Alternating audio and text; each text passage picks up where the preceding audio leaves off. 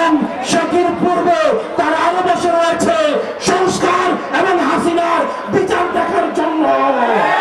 আমরা আপনার স্বাধীনতার কথা বলছি। প্রিয় সাংবাদিক ভাইরা, আপনারা নিজেদেরকে আর ব্যবহার হইতে দিয়েন না। আমাদের গণতান্ত্রিক উত্তরণের পথে বাধা হয়ে দাঁড়িয়েছে। তারা নির্বাচন পিছানোর জন্য পায়তারা করছে, তারা নির্বাচন পিছিয়ে দিচ্ছে। তারা যদি নির্বাচন চাইতো তাহলে সংস্কার এবং বিচার দ্রুততম সময়ের মধ্যে কার্যকর করত। তারা নির্বাচন চায় না বলেই এই বিচার এবং সংস্কারে প্রতিনিয়ত প্রতিপদে বাধা হয়ে দাঁড়াচ্ছে।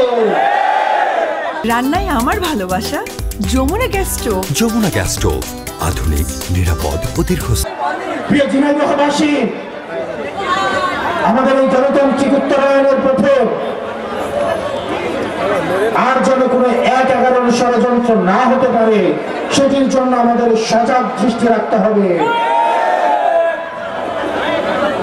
অনেকে ত্যাগ দেওয়ার চেষ্টা করে, আমরা একে নির্বাচন চাই না। আমরা অবশ্যই নির্বাচন চাই, বিচার এবং সংস্কার সহ।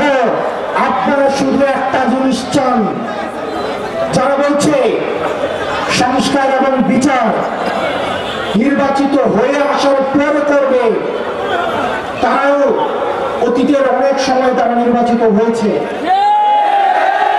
সরকার পরিচালনা করেছেন। এই সরকার পরিচালনা করার পরেও এই ছাত্ররা কিন্তু সংস্কারের জন্য রাস্তায় নেমে আসতে বাধ্য হয়েছে। সুতরাং নির্বাচিত হয়ে আসার পর কে সংস্কার করবে নাকি করবে না, আমরা ভবিষ্যতের অনিশ্চয়তা থেকে আমরা বর্তমানের নিশ্চয়তাকে আমরা প্রাধান্য দেব।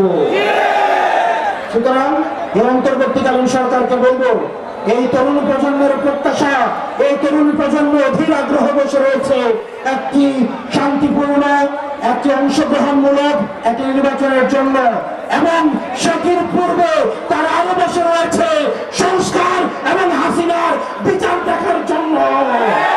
এখানে অধিকাংশ সাংবাদিক যাদের বেতন ৫ থেকে ৬,০০০, অধিকাংশ সাংবাদিক যাদেরকে শুধুমাত্র ঘুমটা ধরিয়ে দিয়ে বড় হয়ে আবার কর্ম করে খাও। আমাদের এই ফ্যাসিস্ট, এই পুঁজিবাদী, এই মিডিয়া থেকে, এই মিডিয়া লিগের বিরুদ্ধে আমাদের নিরপেক্ষ এই সাংবাদিক ভাইদেরকে সামনে এগিয়ে আসতে হবে। প্রিয় সাংবাদিক ভাইয়েরা, আপনারা আপনার অধিকারের পক্ষে কথা বলেন, আমরা আপনার অধিকারের পক্ষে কথা বলছি, আমরা আপনার মুক্তির কথা বলছি, আমরা আপনার ন্যায্যতার কথা বলছি, আমরা আপনার স্বাধীনতার কথা বলছি। প্রিয় সাংবাদিক ভাইয়েরা, আপনারা নিজেদেরকে আর ব্যবহার হইতে দিয়েন না। কোন সরকার যেন আর আপনাদেরকে নিয়ন্ত্রণ করতে না পারে।